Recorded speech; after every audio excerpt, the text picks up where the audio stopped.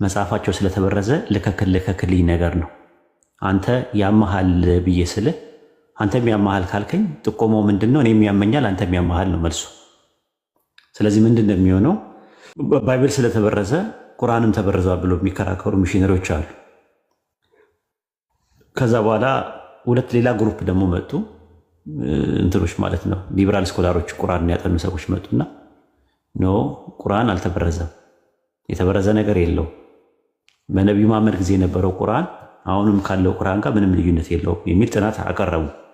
ታዲያ ምንድነው ቁርአን ለእናንተ ሲባሉ እነሱ ምናሉ? አይ ቁርአን ከአይሁድ እና ከክርስትና ከአፖክራፊካል ከሚባሉ መጽሐፎች የተቀዳ ነው የተኮረጀ ነው ብለው አሉ። ከዛ አይ ኦሪየንታሊስቶች ደግሞ ነው አሉ። አይ ቁርአን እንትን ከኦሪየንታሊስት ከአይሁዶችና ከክርስቲያን አፖክራፊካል ወይም ደግሞ አፖክሪፋል ከሚባሉ መጽሐፎች የተኮረጀ ከሆነ ስህተቱንም በባይብል ላይ የሆኑ አንዳንድ ስህተቶች አሉ። ኦሪየንታሊስቶች ማለት ሙስተሽሪቅ የሚባሉት በእኛ የመካከለኛው ጥንተ ነገር የሚያጠኑ ስኮላሮች ናቸው። አይ እንደዛ ሊሆን አይችልም፣ ምክንያቱም ሲኮረጅ አብሮ ስህተቱንም ባይብል ላይ ያሉ ሂስቶሪካል እንትኖች ኢረሮችን አብሮ መኮረጅ ነበረበት እና ታዲያ ቁርአን ለእናንተ ምንድን ነው ሲባል ምናልባትም ከሴጣን መጥቶ ሊሆን ይችላል አሉ። ከዛ አራተኛ ግሩፕ ሙስሊሞች ቀሩ፣ የሙስሊም ስኮላሮች ቀሩ። ከዛ ሙስሊሞች ነው እንደዛ ከሴጣን ሊመጣ አይችልም ብለው አሉ። ለምን እናይመጣም ሲባል ሴጣን የነገን አያውቅም። ሁሉንም ሰው እንትን የሚሉት እንደዛ ነው። የነገን ያውቃል ወይ ማለት ፈጣሪ ከፍጡራኑ የሚለይበት ነገር የነገን ማወቁ ነው። መጻኢ ጊዜውን ማወቁ ነው። ከዛ ውጪ ፍጡር ሊያውቅ አይችልም። በዚህ ሁሉም ይስማማሉ። ክርስትናም ይስማማል፣ ኦሪየንታሊስቶችም ይስማማሉ። የሊበራል ስኮላሮች እስላሚክ ሊበራል ስኮላሮች ወይም ደግሞ ሀራዊ ምሁራኖች በዚህ ነገር ይስማማሉ። ሀራዊ ማለት ለዘብተኛ ማለት ነው። ከዛ ወጋይ ደግሞ የሚባሉት ደግሞ ሙስሊሞች ናቸው። ወጋዊ የሚባሉት ወይም ደግሞ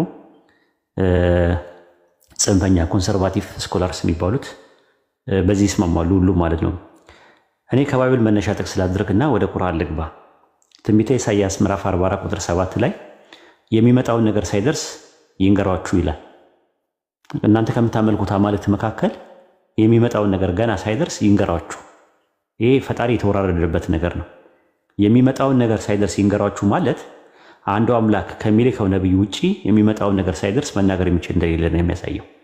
አንዱ አምላክ ነብይ ልኮ በዛ በላከው ነብይ ከሚያሳውቀውና የወደፊቱን ነገር ከሚናገረው ውጪ ከምታመልኳቸው አማልክት መካከል የሚመጣውን መናገር ማንም የሚችል ብሎ እንትን ብሏል።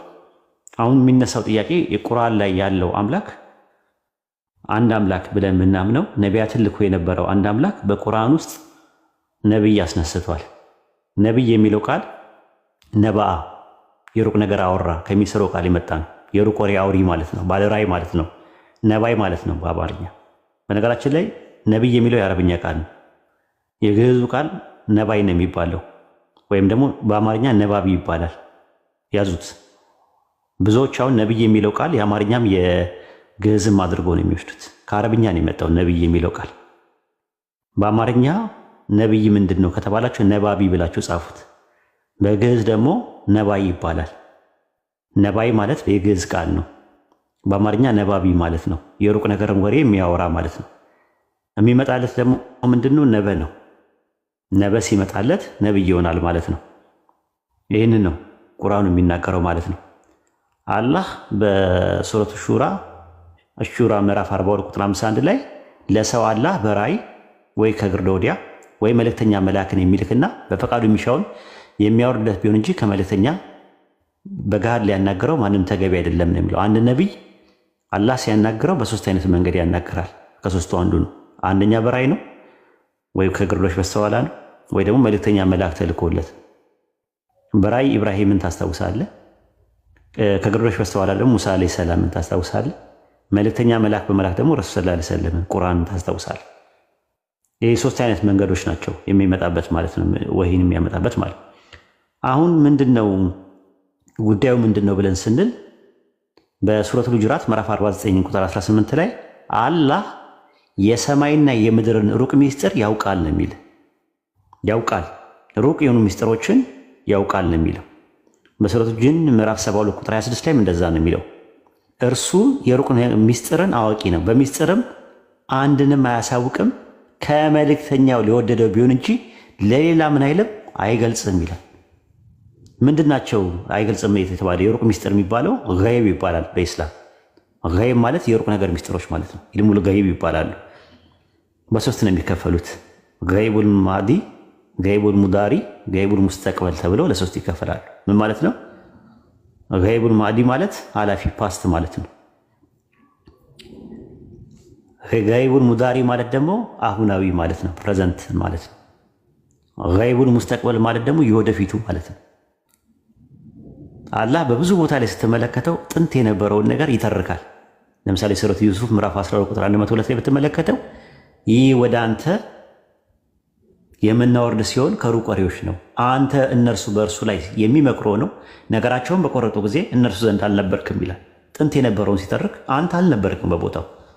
በሱረቱ ጣሃ ምዕራፍ 20 ቁጥር 99 ላይም እንደዛ ነው የሚለው። በእርግጥ ካለፉ ወሬዎች በአንተ ላይ እንተርክልሃለን የሚለው ወሬ ነበ። በሱረቱ ሷድ ምዕራፍ 38 ቁጥር 71 ላይ ነው ጌታ ለመላእክት እኔ ሰውን ከጭቃ ፈጣሪ ነኝ ባለ ጊዜ አስታውስ እያለ ነው የሚናገረው። አስታውስ የአሁናዊ ጊዜያዊላ አላህ ይናገራል። አንድ ጊዜ ረሱል ሰለላሁ ዐለይሂ ወሰለም ሀፍሳ ቤት ሄደው ማር ጠጥተው ሲመጡ አፍ ይሸታል ምናምን ነገር አለቻቸው። ማነው አይሻና ሀፍሳ ማለት ነው ተነጋግረው ነበረ። ከዛ ሱረቱል ተህሪም ምዕራፍ 66 ቁጥር 3 ላይ ነብዩ ከሚስቶቹ ወደ አንዷ ወሬን በመሰጠረ ጊዜ አስታውስ፣ እርሱን በነገረችው ጊዜ አላህ እርሱን ማውራትን ባሳወቀ ጊዜ ከፊሉን አሳወቀ ከፊሉን ተወ። በእርሱ ባወራ ጊዜ ይህን ማን ነገር አለችው። ረሱል ሰለላሁ ዐለይሂ ወሰለም ምን አሉ? አዋቂው ውስጥ አዋቂው ነገረኝ አላቸው አላት። እንዴት አወቁ? ረሱል ሰለላሁ ዐለይሂ ወሰለም አይሻና ሀፍሳ ሚስጥርን ሲመሳጠሩ በቦታው አልነበሩ። አሁናዊ የሆነ ጊዜ አምላካችን አላህ ለረሱል ሰለላሁ ዐለይሂ ወሰለም አውርዶላቸዋል ማለት ነው። ሶስተኛው ምንድነው? ሙስተቅበል የሚባለው መጻኢ ጊዜ ፊቸር። ይሄን ነው የፈለኩት እኔ። ስለ ገሃነም ስለ ጀነት ምናምን ብዙ ነው ያለው፣ እኔ እሱ ውስጥ አልገባም። በዘመናችን የተፈጸመውን አንዳንድ ነግሬ ነው ማልፎ ማለት ነው። በሱረቱ ሷድ ምዕራፍ 38 ቁጥር 88 ላይ ሁላችሁም ተከታተሉኝ። ትንቢቱ ከጊዜ በኋላ በእርግጥ ታውቁታላችኋል። ትንቢት ለሚለው የገባው ቃል ነበ የሚለውን ቃል በሱረቱ አንዓም ምዕራፍ 6 ቁጥር 7 ላይ ለትንቢት ሁሉ የሚደርስበት መርጊያ አለ፣ ወደፊት ታውቁታላችኋል። አላህ ነው የሚነግረው። ወደፊት ምን ትላላችሁ? ታውቁታላችሁ። ወደፊት ነው የምታውቁት። ለትንቢት ሁሉ የሚደርስበት ጊዜ አለ። ምንድን ነው ያ ትንቢት? የተነገረው ነገር ምንድን ነው ብለን ስንል አንድ ቁም ነገር አለ። ሁለት ኤግዛምፕሎች ሰጥና መድረኩን ለሌሎቻችሁ። ዘውጅ የሚለው የአረብኛ ቃል ዘወጀ ተጠናዳ ከሚል ጥንድ ማለት ነው፣ ባልና ሚስት ማለት ነው። በጣም የሚገርማችሁ ነገር ማለት ነው በቁርአን ውስጥ። ከዛ አምላካችን አላህ በሱረቱ ነጅም ምዕራፍ 53 ቁጥር 45 ላይ እርሱ አለ ሁለት አይነት ወንድና ሴትን ፈጠረ አለ። ስለ ወንድና ስለ ሰው ሲናገር ማለት ነው። ከዛስ ምንድነው ታዲያ ተአምሩ ብለን ስንል ይህንን ተከታተለኝ እባክህ የባቢሎን ተማሪ። ሱረቱ ረዕድ ምዕራፍ 13 ቁጥር 3 ላይ ያለውን እርሱ ያ ምድርን የዘረጋ በውስጧም ተራሮችና ወንዞችን ያደረገ በውስጧም ከፍራፍሬዎች ሁሉ ሁለት ጥንዶችን ያደረገ ነው አለ። ባልና ሚስት ያደረገ ነው አለ ፍራፍሬዎችን እንዴ አለ። ከዛ በኋላ ምን አለ? በዚህ ውስጥ አለ ለሚያስተነትኑ ህዝቦች ታምራት አሉበት አለ።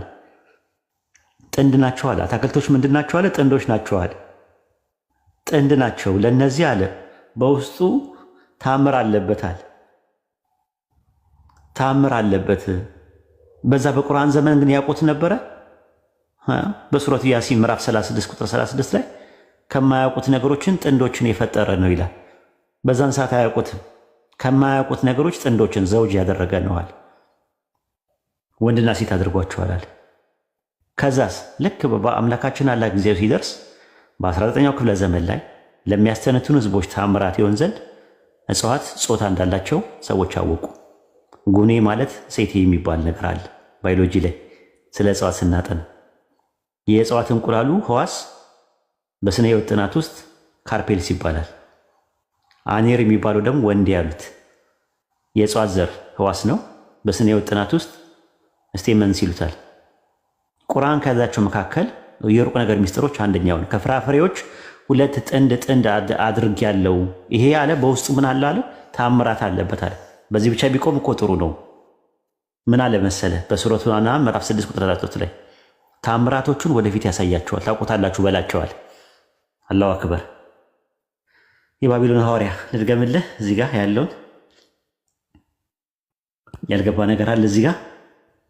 አይ የሚገርም ነገር ነው የነገርከኝ። ወደፊት ታውቁታላችሁ በዚህ ውስጥ አለ። መጀመሪያ እጽዋት ጥንድ ናቸው አለ። ጥንድ መሆናቸውም በአሁኑ አታውቁትም ብሎ ነገረን። በውስጡ ታምራት አለበት አለ። ከዛ በኋላ ታምራቱን ወደፊት ምን ይላቸዋል አለ? ያሳያቸዋል፣ ታውቁታላችሁ። ወደፊት ነው የምታውቁት ወደፊት ነው፣ አሁን አይደለም የምታውቁት፣ ወደፊት ነው የምታውቁት አለ። እጽዋት ወንዴና ሴት የሚባለው ትምህርት 19ኛው ክፍለ ዘመን ላይ ነው ሰዎች ያወቁት። በጣም የገረመኝ ፓርትን ማለት ነው። በጣም የገረመኝ ብዙ ናቸው እንደዚህ አይነት ነገሮች ያሉት። አንደኛውን ነው ያሳየው፣ እንድታስተነትንበት ነው። ቀርተው ከሆነ አላቅም፣ በደንብ ጊዜ ሰጥተህ ተፈኩር ተደቡር አድርገህ እንድታየው ይፈልጋል። ወደ ሁለተኛው ሊድ ሪከርድ ያደረኩ ነው። ኦኬ። ሁለተኛው ደግሞ ምንድነው ቁም ነገር ዘራህ ማለት በአረብኛ ደቂቅ ማለት ነው፣ ንዑስ ማለት ነው፣ ኢምንት ማለት ነው፣ ብናኝ። በቁርአን ዘመን አተም ይባላል ብናኝ የሚባለው ማለት ነው። ለምሳሌ ብዙ ቦታ ላይ አላህ የብናኝ ክብደት ያክል መልካም የሰራ ሰው ያገኘዋል አለ። የብናኝ ክብደት ያከረረሰ ክፉ የሰራ ሰው ያገኘዋል እያለ ብዙ ቦታ ላይ ይናገራል። ብናኝ ለሚለው የገባው ቃል ዘራ ነው የሚሆነው። አረቦች ከጥቃቅን ፍጥረታት አነስተኛ የሚሉት ጉንዳን ነው። ነገር ግን ጉንዳን በቁርአን ነምል ነው የሚባለው እንጂ ዘራ አይባልም። ነገር ግን አላህ ምን አለ? በጣም የሚገርመኝ ፓርት ነው። በሱረቱ ሰብ ምዕራፍ 34 ቁጥር 3 ላይ ይኸው እነዚያ የካዱት ሰዓቲቱ አትመጣም ምን አሉ በላቸው። አይደለም ሩቁን ሁሉ አዋቂ በሆነው ጌታዬ እምላለሁ በእርግጥ ትመጣባቸዋለሁ። የብናኝ ክብደት ያክል እንኳን በሰማይና በምድር ውስጥ ከእርሱ አይርቅም፣ ከእርሱ ያነሰም ቢሆን የበለጠም የለም፣ በግልጹ መጽሐፍት ውስጥ የተመዘገበ ቢሆን እንጂ አለ። ከአተም ያነሰ ፍጥረት ቢሆን ባለ እውቀት ውስጥ ትታወቃለች ብሎ ነገረ። ከአተም ያነሰ ፍጥረት ቁርአን በነበረበት ሰዓት አተም ማለት ራሱ ኢንዲቪዚብል ማለት ነው። ገብታችሁ ጎግል አድርጉ። አተም ማለት ኢንዲቪዚብል የማይከፈል ማለት ነው። የላቲን ቃል ነው። የማይከፈል ማለት ነው። የመጨረሻው ፍጥረት ሄዶ መጀመሪያ እዚህ አካባቢ ላይ ያለው ሰው ነው። ከሰው በታች እንስሳ አለ፣ ከእንስሳ በታች እጽዋት አሉ፣ ከእጽዋት በታች ምን አለ? ሚነራል አለ። ሚነራል ውስጥ ምን አለ? ሞለኪውል አለ።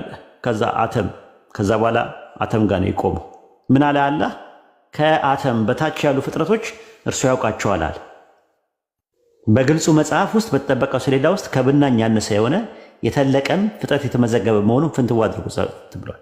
ይህ የሚለው አመላካች ዘራ የሚባለውን ይታያል። አሁን ምንድን ነው ምን አለ? በሰማይና በምድር ውስጥ ያለ ነገር ብሎ ነው ያስቀመጠው። ሳይንስ በሰማይና በምድር ውስጥ ያሉ ነገሮች ኤሌክትሮን፣ ፕሮቶን እና ኒውትሮን የሚባለው በዚህ ዘመን አገኘው። ከአተም ያነሰ ነገር ነው ተብሎ ስለማይታመን አተም ማለት ራሱ አቶሞስ ከሚለው ከግሪክ ቃል ነው የመጣው። ያው የላቲን ቃል ነው። የግሪኩ ቃል የመጣ ሲሆን ትርጉሙ የማይከፋፈል ኢንዲቪዚብል ማለት ነው። አተም ሁሉ ቁስ የተገነባበት መሰረታዊ ንዑስ ነው። 19ኛው ክፍለ ዘመን ላይ ሲደርስ ግን ከአተም በታች ያለው ፍጥረት አለ ተብሎ አይታመንም ነበር። እስከ 19ኛው ክፍለ የፊዚክስ ምሁር የነበሩት ጆን ዳልተን አተም በውስጡ ፍጥረት አለ ብለው አያምኑም ነበር። ነገር ግን በ1897 ላይ ጆን ቶምሶን የሚባል ሰው ምንድን ነው ያለው? ከአተም በታች የሆኑ የቁስ መጠን ክፍፍሎች ፓርቲክሎች አሉ አሉ። እነማን ናቸው? በዋናነት ያሉት ኤሌክትሮን፣ ፕሮቶን፣ ኒውትሮን ናቸው። ብዛታቸው ልነግር አልችልም። ኤሌክትሮን፣ ፕሮቶን፣ ኒውትሮን፣ ፈርሚዮን፣ ሌፕቶን፣ ቦሶን፣ ፎቶን፣ ዲላቶን፣ ኦክሲዮን እየተባሉ በጣም ብዙ ናቸው። ግን በሁሉም ላይ ያሉት ኤሌክትሮን፣ ፕሮቶን፣ ኒውትሮን ናቸው። በሁሉም ቁስ ላይ ያሉት ማለት ነው። አምላካችን አላህ በቁርአን ከአተም በታች ያሉ ፍጥረታትን በእውቀት መዝገቡ ላይ ተጽፎ እንዳለ ብቻ አይደለም ይነገራል። በሰማይና በምድር ውስጥ ያሉት እነዚህ ጥቃቅን ፍጥረታት ለምዕመናን እርግጠኛ ታምራት ናቸው ብሎ ነው ያስቀመጠው በሱረቱ ጃሺያ ምዕራፍ 45 ቁጥር 3 ላይ በሰማያትና በምድር ውስጥ ለምዕመናን እርግጠኛ ታምራት አለበታል። በሰማይና በምድር ውስጥ ያሉት ኤሌክትሮን፣ ፕሮቶን፣ ኒውትሮን እርግጠኛ ታምራት ከሆነ ቁርአን በወረደበት ዘመን አይታወቁም፣ ኢንዲቪዚብል ነው፣ አይከፋፈሉም ተብሎ ነው እንትን ያለው። አላህ ግን ምን አለ? ተአምራቱን ወደፊት ያሳያችኋል፣ ታውቁታላችኋል። ስንት ቆጠርክልኝ? 2 ነው የቆጠርከው?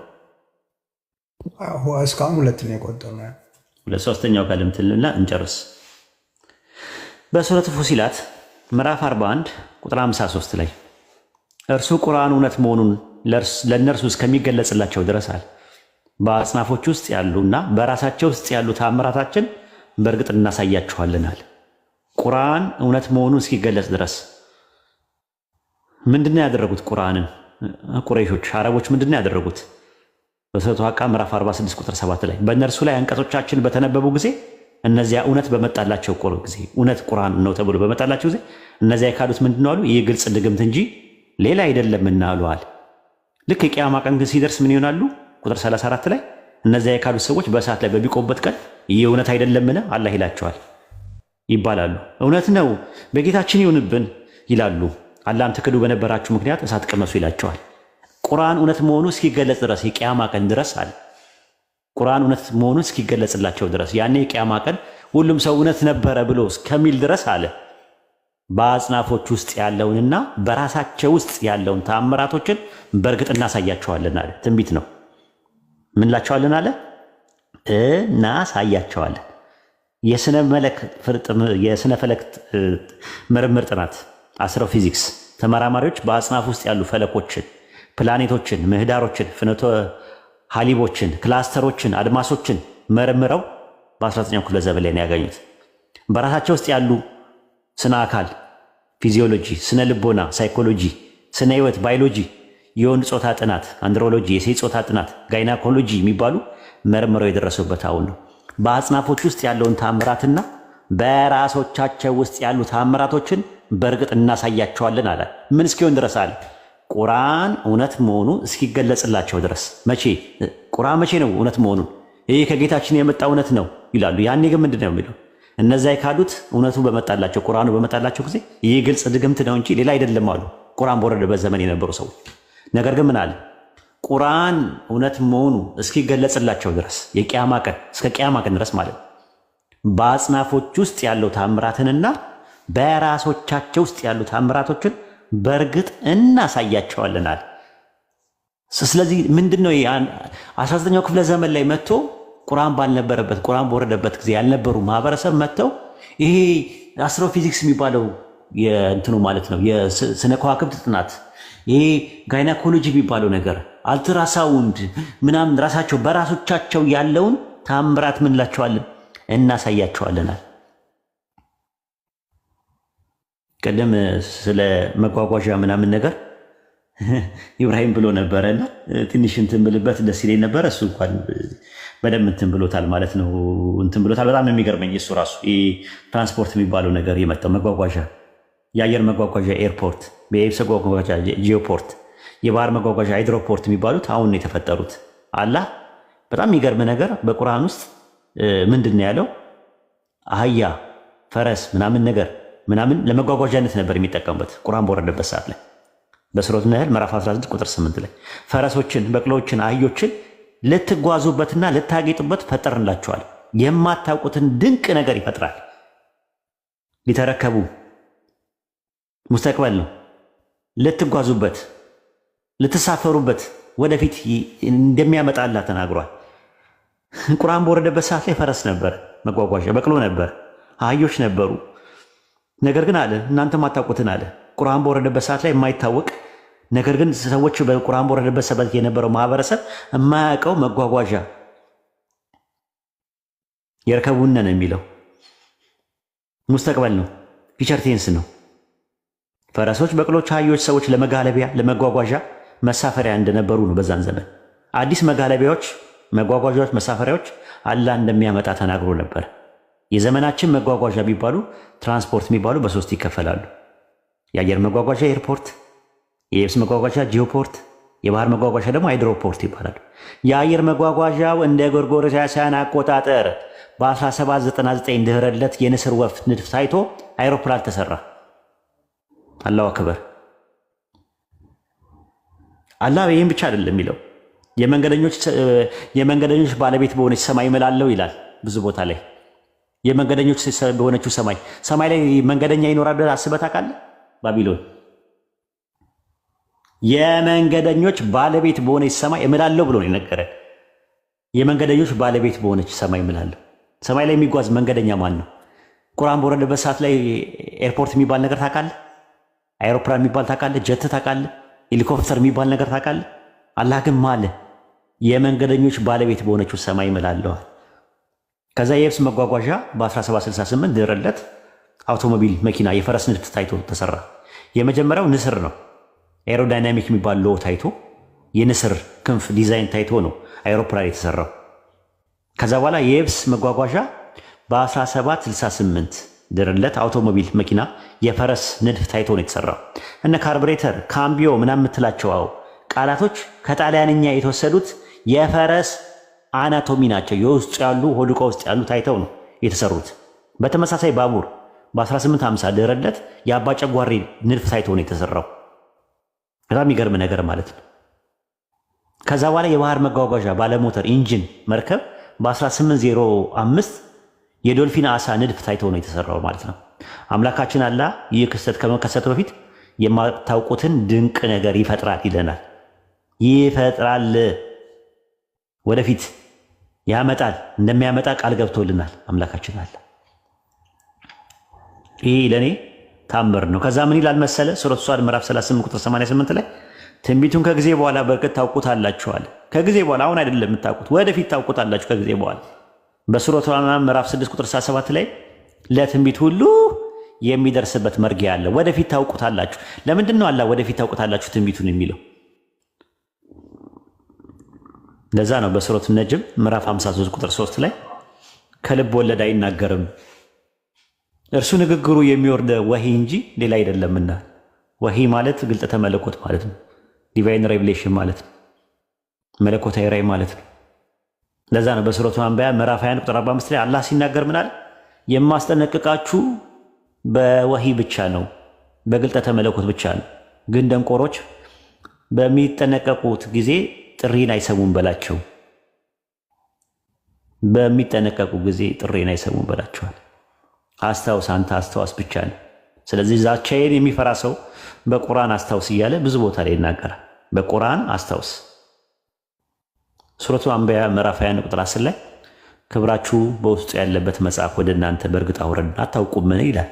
ክብራችሁ በውስጡ ያለበት ክብራችሁ ኢብኑ አባስ ነው በነገራችን ላይ ክብራችሁ ሸርፉኩም ብሎ ያስቀመጠው ክብራችሁ ብሎ ያስቀመጠው ማለት ነው ብሎ ይፈሰር። ዚክርኩም ነው የሚለው ዚክር ነው የሚለው የሚያስታውሳችሁ ማስታወሻችሁ እናንተን የሚያስታውስ ስለ እናንተ አፈጣጠር የሚያወራ ስለ እናንተ አተናተን ስለሚመጡ ነገሮች ክብራችሁ በውስጡ ያለበት የሚያስታውሳችሁ በውስጡ ያለበትን መጽሐፍ ወደ እናንተ አወርድ ይላል። ስለዚህ ይሄ ነው ቁርአን የሚነግር ነገር በሱረቱ ሷድ ምዕራፍ 38 ቁጥር 29 ላይ ይህ ወደ አንተ ያወረድነው ብሩክ መጽሐፍ ነዋል።